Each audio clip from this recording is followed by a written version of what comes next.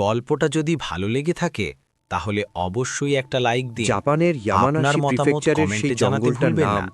সরকারিভাবে আর এমন ছিল আরও ভৌতিক ও আওকিগাহারা বাস্তব জুকাই, গল্প শুনতে কিন্তু চ্যানেলটা লোকালরা সাবস্ক্রাইব একে করুন। অন্য নামে ডাকত, ধন্যবাদ।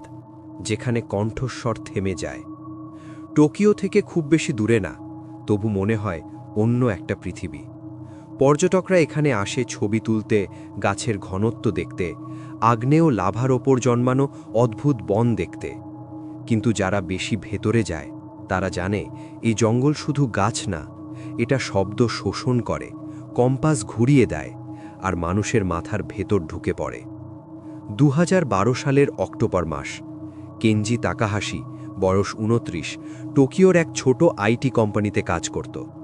বাইরে থেকে দেখলে স্বাভাবিক জীবন, কাজ, অ্যাপার্টমেন্ট, সপ্তাহান্তে বন্ধুদের সঙ্গে ড্রিঙ্ক।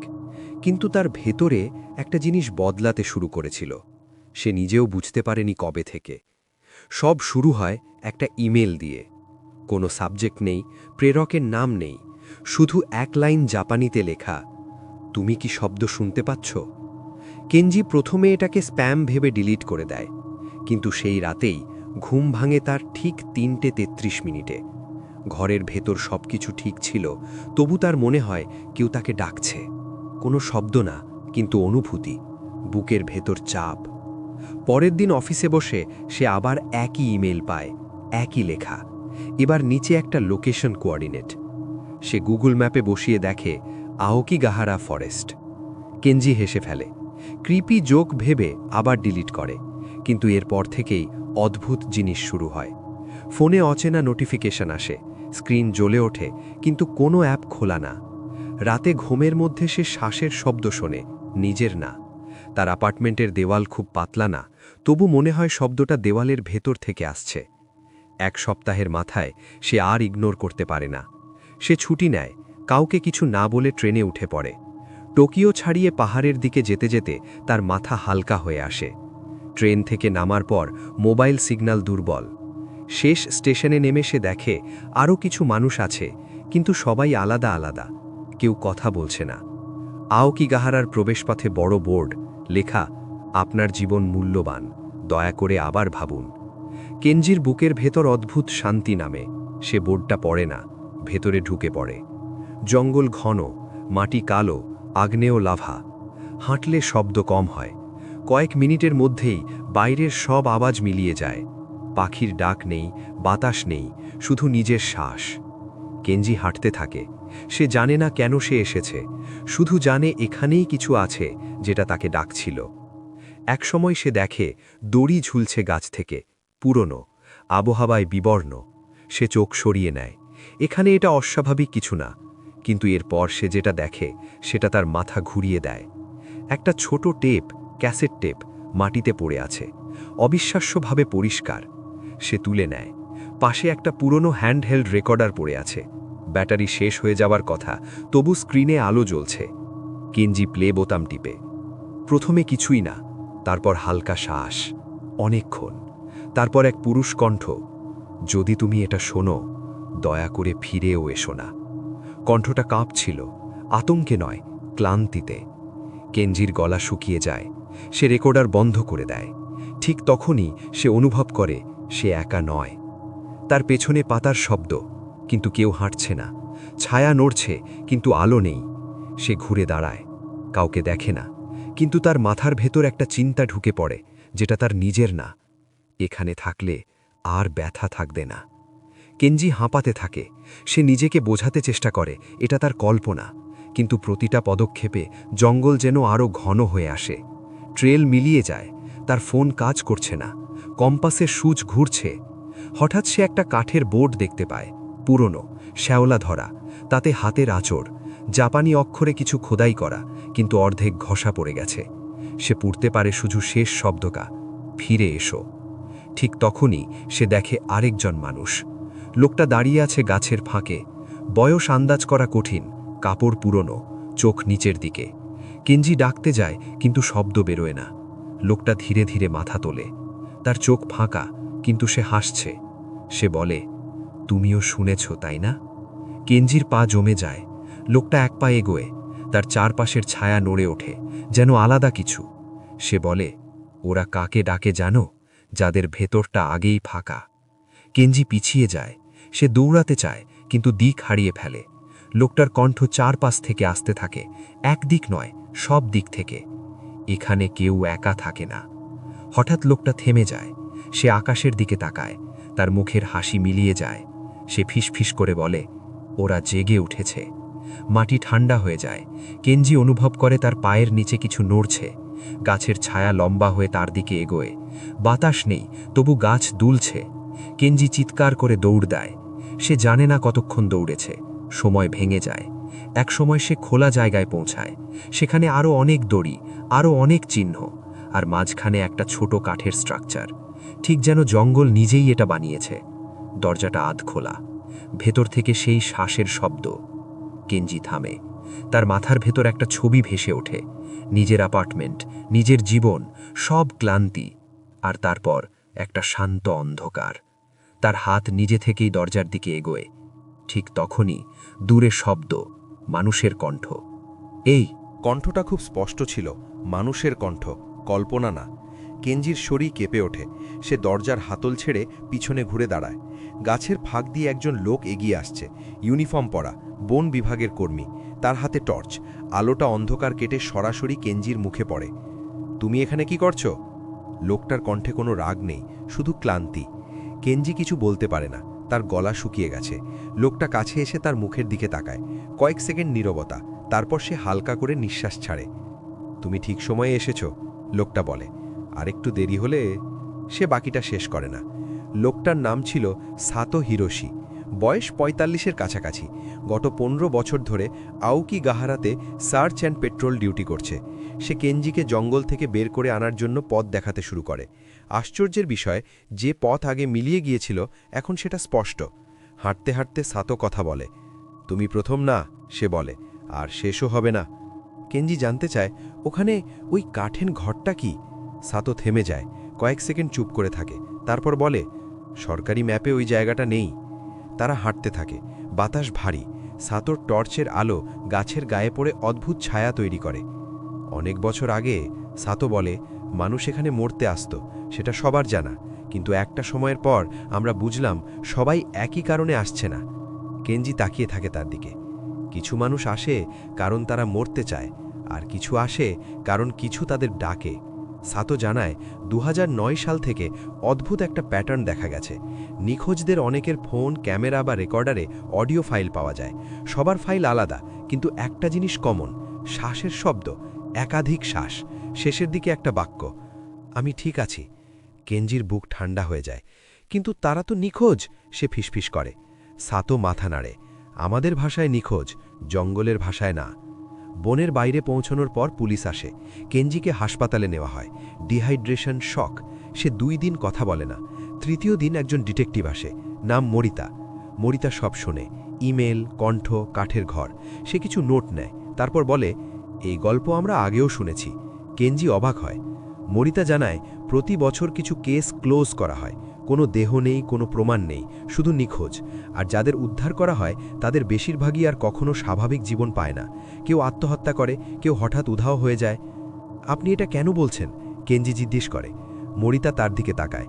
কারণ তুমি শুনেছ। হাসপাতাল থেকে ছাড়া পাওয়ার পর কেঞ্জি টোকিও ফিরে আসে। সে কাজ ছেড়ে দেয়, অ্যাপার্টমেন্ট বদলায়, ফোন নাম্বার চেঞ্জ করে। সে চায় সব ভুলে যেতে, কিন্তু আওকি গাহারা ভোলে না। রাতে সে আবার সেই সময় জেগে ওঠে, ৩:৩৩। এবার কোনো ইমেল নেই, কিন্তু তার মাথার ভেতর শব্দ, দূরের বন, শ্বাস। সে জানে শব্দটা বাইরে থেকে আসছে না, ভেতর থেকে আসছে। এক রাতে এসে নিজের অজান্তেই রেকর্ডার অন করে ঘুমিয়ে পড়ে। সকালে উঠে সে ফাইলটা দেখে, ৮ মিনিটের রেকর্ডিং। সে সাহস করে প্লে করে। প্রথম ৪ মিনিট নিঃশব্দ, তারপর তার নিজের শ্বাস ঘুমের মধ্যে, তারপর একটা কণ্ঠ, তার নিজের কণ্ঠ না। এখনও সময় আছে। কেঞ্জির হাত কাঁপে। সে সাতোকে খুঁজে বের করার চেষ্টা করে, বন দফতরে ফোন করে। উত্তর আসে, সাতো হিরোশি ৬ মাস আগে নিখোঁজ। কেঞ্জি বসে পড়ে। সে ডিটেকটিভ মরিতার কাছে যায়। মরিতা এবার আর কিছু লোকায় না। সে জানায়, সাতো নিজেই একসময় উদ্ধার পেয়েছিল, অনেক বছর আগে। তারপর সে আর বন ছাড়তে পারেনি। সে কাজ করত, কিন্তু আসলে পাহারা দিত, কাউকে সময়ের আগে ভেতরে ঢুকতে না দেওয়ার জন্য। তাহলে কাঠের ঘর? কেঞ্জি জিজ্ঞেস করে। মরিতা গভীর নিঃশ্বাস নেয়। ওটা একটা থ্রেশহোল্ড, মানুষ যাকে বলে সীমা। যারা খুব বেশি শোনে তারা ওখানে পৌঁছায়, আর যারা ঢোকে তারা আর ফিরে আসে না, পুরোপুরি না। কেঞ্জি বুঝতে পারে সে এখনও শোনে, প্রতিদিন আরও পরিষ্কার। 1 সপ্তাহ পর সে ইমেল পায়, একই লেখা। এখন কেঞ্জি জানে এবার কেউ তাকে থামাবে না। সে ট্রেনে ওঠে, আবার সেই পথ, আবার সেই বোর্ড। কিন্তু এবার বোর্ডে নতুন কিছু লেখা যোগ হয়েছে, হাতের লেখা। যারা ফিরে আসে তারা আসলে যায়নি। জঙ্গলে থুকে সে আর ভয় পায় না। গাছের ছায়া পরিচিত, পথ নিজে থেকেই খুলে যায়। সে সেই কাঠের ঘরের সামনে দাঁড়ায়, দরজা পুরো খোলা। ভেতরে অন্ধকার নয়, আলো নেই, তবু সে দেখতে পাচ্ছে দেয়ালের নাম, অনেক নাম, কিছু কাটা, কিছু নতুন। সে নিজের নাম দেখে, নামটার নিচে লেখা প্রথমবার। তার পিছনে দরজা বন্ধ হয় না, বরং মিলিয়ে যায়। চারিপাশে কণ্ঠ, এক না অনেক। একটা কণ্ঠ আলাদা, পরিচিত, সাতর কণ্ঠ। সে বলে, তুমি এখনও ফিরে যেতে পারো, কিন্তু পরের বার কেউ ডাকবে না। কেঞ্জি চোখ বন্ধ করে। সে জানে এই জঙ্গল শুধু মানুষ নেয় না, কিছু মানুষকে ছেড়ে দেয় বার্তা বহন করার জন্য। সে 1 পা ভেতরে দেয়। কেঞ্জি চোখ বন্ধ করতেই চারপাশের শব্দ বদলে যায়। জঙ্গলের নীরবতা আর নেই। এখন শোনা যাচ্ছে অসংখ্য শ্বাস, কেউ দ্রুত, কেউ ধীরে, কেউ কষ্টে, কেউ শান্তিতে। কিন্তু সবার ভেতরেই এক ধরনের ছন্দ, একই রিদম, যেন এই জায়গাটার নিজের একটা শ্বাস আছে। সে চোখ খুলে দেখে কাঠের ঘরটা ভেতর থেকে অনেক বড়। বাইরে থেকে যেটা ছোট একটা স্ট্রাকচার মনে হয়েছিল, ভেতরে সেটা যেন শেষই হচ্ছে না। দেয়ালগুলো কাঠের না, বরং জমাট অন্ধকার। মাঝে মাঝে তার ভেতর থেকে মুখ বেরিয়ে আসে, আবার মিলিয়ে যায়। মুখগুলো স্পষ্ট না, কিন্তু অনুভূতিটা পরিষ্কার। এরা সবাই কখনো মানুষ ছিল। কেঞ্জির মাথার ভেতর স্মৃতি ভাঙতে শুরু করে, নিজের নয়, অন্যদের। একজন স্কুল ছাত্র পরীক্ষার চাপ সহ্য করতে না পেরে এখানে এসেছিল। একজন মা সন্তান হারানোর পর শান্তি খুঁজতে এসেছিল। একজন বৃদ্ধ যাকে আর কেউ দরকার মনে করেনি। সবাই একই শব্দ শুনেছিল, আলাদা ভাষায়, আলাদা কণ্ঠে, কিন্তু মানে একটাই, এখানে এলে আর ব্যথা থাকবে না। সাতর কণ্ঠ আবার শোনা যায়, কিন্তু এবার সে একা না, তার সঙ্গে আরও অনেক কণ্ঠ মিশে আছে। তুমি এখন বুঝতে পারছো, সাতো বলে। এটা কোনো অভিশাপ না, এটা একটা ফিল্টার। কেঞ্জি জিজ্ঞেস করে, কিসের? মানুষের, সাতো উত্তর দেয়। যারা ভেঙে গেছে আর যারা ভাঙার পথে। কেঞ্জি অনুভব করে তার শরীর হালকা হয়ে আসছে। পায়ের নিচে মাটি নেই, তবু সে পড়ছে না। ঘরের মাঝখানে একটা গর্তের মতো জায়গা। সেখানে তাকালে সে নিজেকে দেখে, বিভিন্ন সময়ে, অফিসে বসে, একা ঘরে, ট্রেনে জানালার পাশে। প্রতিটা দৃশ্যে তার চোখ ফাঁকা। আমরা সবাই এখানে আসি একটা সিদ্ধান্ত নিতে, থাকা না যাওয়া। কেঞ্জি জিজ্ঞেস করে, আর যারা থাকে? তারা জঙ্গলের অংশ হয়ে যায়, শব্দ, ডাক। আর যারা যায়, সাতর কণ্ঠ ভারী হয়। তারা আর আগের মতো মানুষ থাকে না। হঠাৎ দৃশ্য বদলে যায়। কেঞ্জি নিজেকে আবার জঙ্গলের বাইরে দেখতে পায়। ভোরের আলো, কুয়াশা।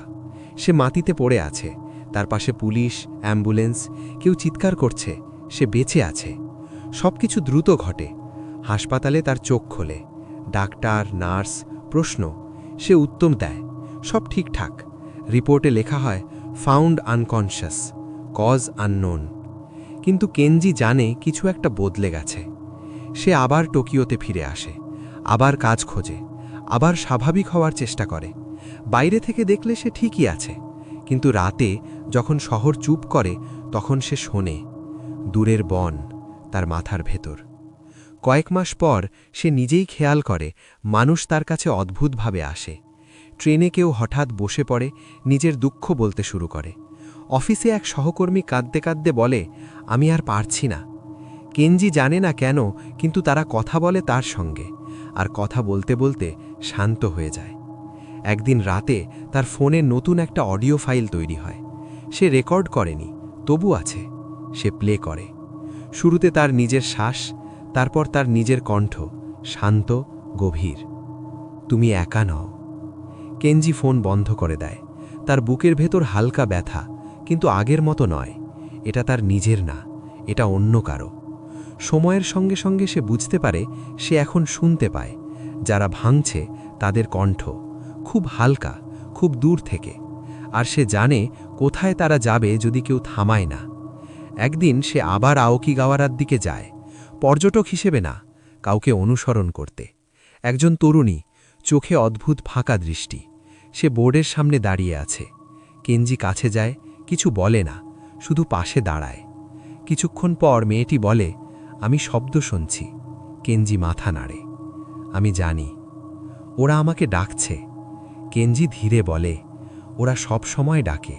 প্রশ্ন হলো, তুমি কি শুনবে? মেয়েটি তার দিকে তাকায়। প্রথমবার তার চোখে জল আসে। সে বোর্ডের দিকে তাকায়, তারপর পিছিয়ে আসে। সেই দিন কেঞ্জি বুঝে যায় এটাই তার ভূমিকা। সে বেঁচে ফিরেছে, কিন্তু পুরোপুরি নয়। সে জঙ্গলের অংশ হয়ে গেছে, বাইরে থেকে একটা সেতু। বছরের পর বছর কেটে যায়, নিখোঁজের সংখ্যা কমে না, কিন্তু কিছু মানুষ ফিরে আসে। রিপোর্টে লেখা হয়, লাস্ট মোমেন্ট রেস্কিউ।